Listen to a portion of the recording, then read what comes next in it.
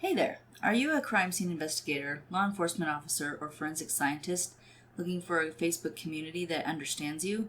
Check out Taction USA's forensic product groups. You'll find blogs, articles, information, and community. For those of us in the investigative field, there are not many lines of support out there, but Taction USA is a company that was founded by law enforcement for law enforcement. Subscribe today to get access to exclusive content. Just look for Taction USA in Facebook groups.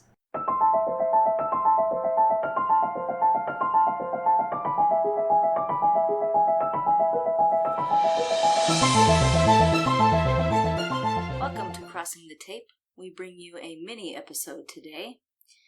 So please sign the crime scene log and join us for a story about a man who left one too many clues behind. Like an idiot. On October 17th, 1978, in Omaha, Nebraska, after failing to show up for work 2 days in a row, a co-worker of Carol Bonnet contacted the manager of her apartment complex and asked him to check on Carol. After not receiving a response at the door, the manager peeked through the mail slot and saw Bonnet face down on the floor.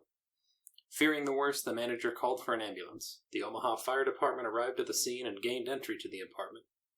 Inside, they found Carol Bonnet naked, face down, with a stab wound to her torso, deceased. The Omaha Police Department arrived and took over the scene.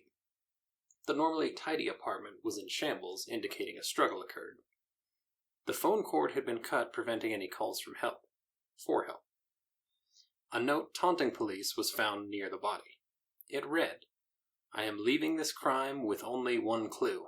Find it yourself, pig. Die, pig." Signed, Helter. Investigators collected the note, as well as fingerprints and palm prints from around the apartment. However, with all the evidence collected, there was still no certainty about the one clue mentioned in the note. It was also discovered Bonnet's car was stolen, turning up days later in Cicero, Illinois.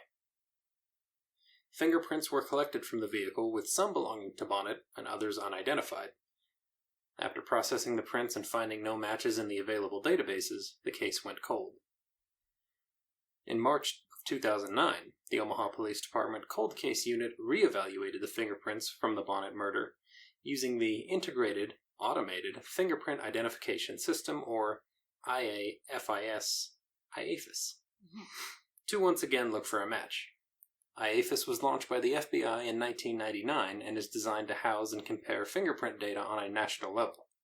Many states have their own AFIS, which are connected to the FBI's integrated system, and this allows vital information to be shared between state, local, and federal agencies. It's very helpful. Yes.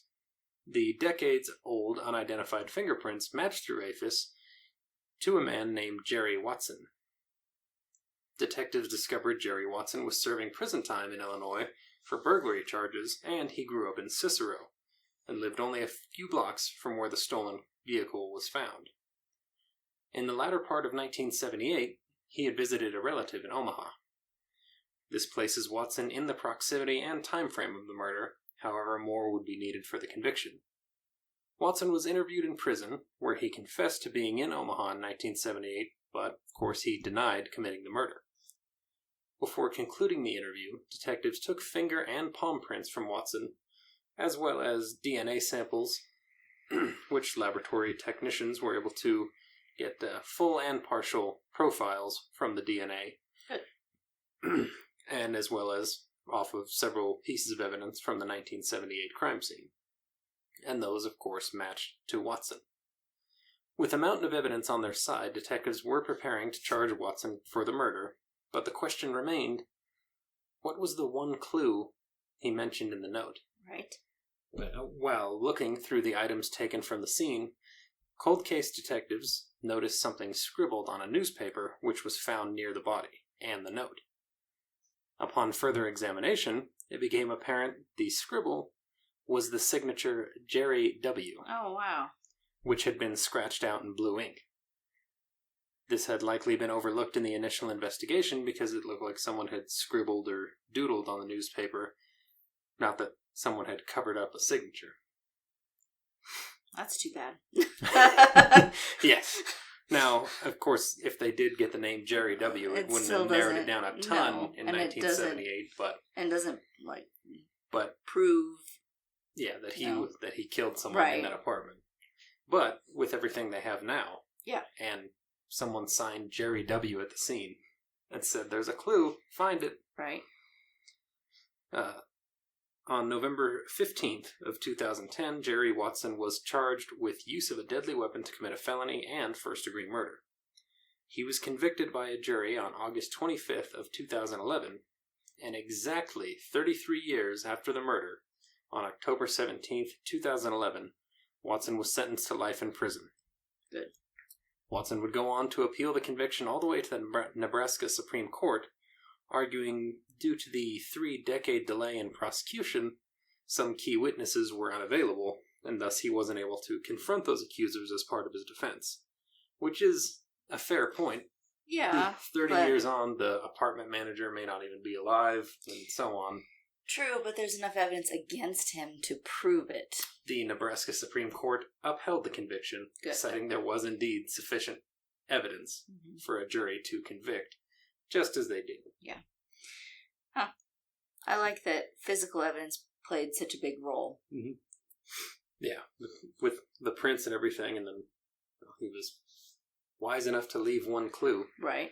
Which at the time would have meant nothing even if they had discovered it. But 30 years on, right. Oh, you're Jerry W.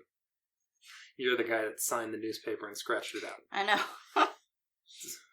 Brilliant, Jerry. Apparently not. No. So, don't commit crimes. Right. And don't sign your name anywhere it doesn't need to be. Exactly. I think we always say that every week. Probably something like that. Thanks for listening. Sign the crime scene log on your way out. Stay safe. And we will see you again soon for another full episode. Goodbye.